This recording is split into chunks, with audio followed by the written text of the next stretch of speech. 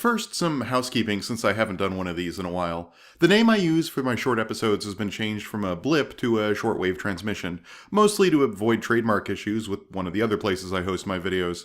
Also, these short episodes are back thanks to super generous Patreon support. Yay! Expect the format on them to vary though. Sometimes they might be short Errant Signal style episodes like this one, but sometimes they might be me talking over game footage, or even just unscripted vlogs. It really depends on what's going on in the world of games and how it needs to be discussed. Regardless, these videos should be my springboard for experimenting with format, while proper Errant Signal episodes remain more rigid in their structure. Got it? Good, onto the meat of this thing. So this episode is going to make me sound very old media-y and not hip or with it. But I'm just going to come out and say it. I've always found mods to be kind of weird. I don't mean total conversions, like how Counter-Strike or the Stanley Parable started as mods but eventually became their own thing. I mean modifications to a base game that take the original extant content or mechanics and change them around in different ways. Sometimes they fix perceived deficiencies in the main game, like how the duct tape mod for Doom 3 let players keep the flashlight and the gun up at the same time. Sometimes they try to improve the aesthetic experience with higher resolution textures or models. Sometimes they just change the flavor of mechanics by introducing a new rule or system, like how Frostfell tracks how cold the player is in Skyrim. And all of that is really cool. Mods allow players to reframe the experience to their liking. They can revitalize old games, build on what's there, and customize the experience for players itching to make a game better conform to their expectations. But as a game critic, I've always had a really awkward, uncomfortable relationship with mods. And that stems, I think, from two key places. First, there's the questionable value of criticism in a world where games are malleable objects. If I make an observation about one set of mechanics and their visual representation, does that analysis have value when everyone else is running a different set of mechanics and visual representations?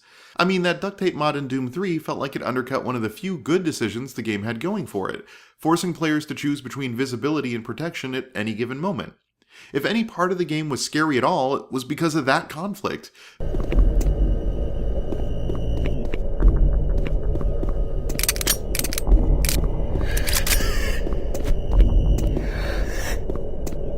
But with that mod, you get both visibility and protection at all times, and the tension between knowing where to shoot and being able to shoot is lost. What does it mean to complement a tension that doesn't exist for a lot of players? Second, there's the desecration and alteration of a work worth talking about in its original form that might become less so once it's modded. It sometimes feels like being a film critic watching Casablanca get re-released and seeing people immediately ask if there's a colorization mod, or a happier ending mod, or a mod that edits the film to be from Ilsa's perspective instead. It always weirds me out when a classic game goes on sale and people's first response is, "What mods do I need to make this thing playable?" This happened when System Shock 2 came out and happens whenever the Elder Scrolls or Fallout games go on sale. And knowing that there's a whole swath of people that have played System Shock 2 but haven't really, played System Shock 2, always frustrated me, like some of that history was lost. But these days I've made peace with the idea. First of all, I realize that mods aren't really a new thing. House rules for various card, board, and party games have existed since time immemorial. How you deal with money when landing on free parking in Monopoly, or whether touch move, touch take is in effect in chess, change how the game is played, but not everyone plays by those rules, and that's okay. The differences between college and professional basketball or football may be subtle differences, but they do result in different flavors of play. Ask any college football coach if they wish they had challenges to rulings on the field, or whether NBA stars think it'd be easier to hit three-pointers from the 20 3/4 foot college line instead of the NBA's 23 to 25 foot distance.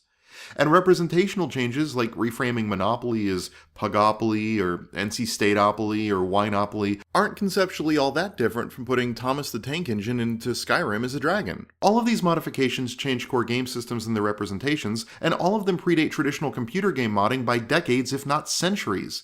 Being malleable to the needs of their audience is something that games have always done really well. Moreover, not only are the ideas of personal or regional changes to a work not new, they're not exclusive to games. Greek myths typically have multiple versions, as do a lot of folk tales, yet scholars still eagerly study those. The same song can come in different arrangements with different tempos, or sound different live as opposed to on an album. Even films have director's cuts, theatrical cuts, TV edits, and regional recuts that all reflect the context of the audiences that are enjoying them. The idea of a platonic ideal of a work doesn't really exist unless there's just, one of them. So not only are games good at recontextualizing themselves, but it turns out that most consumable mass media is too.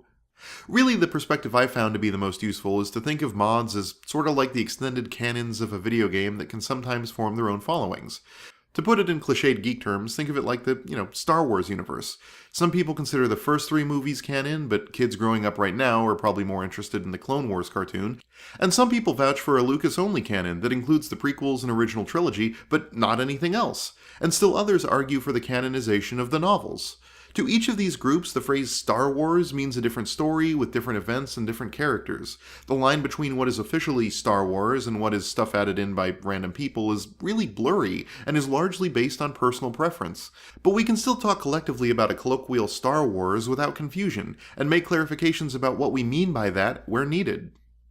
So when I say Skyrim, I'm talking about the out-of-the-box 100% vanilla version of Skyrim with maybe some DLC installed. But some people will only play it with Frostfall or enhanced climates or random start position enabled, and other people will only play it if Randy Savage and Thomas the Tank Engine dragons are installed. And that's all Skyrim. But that doesn't prevent any one of us from making statements about the game as long as we all understand where the person speaking is coming from. I think my discomfort with mods stemmed from a fear that games were exceptional and unique, that mods presented a problem for games that no other medium had ever had to face in the history of anything. But as ever, we find that what's new really isn't as new as we thought. Mods change a game, and that inevitably changes what games mean. But as long as we communicate what version of the game we're talking about, as long as everyone knows the ludic canon in question, I think we can still have a meaningful conversation while enjoying the ability to change whatever the heck we want.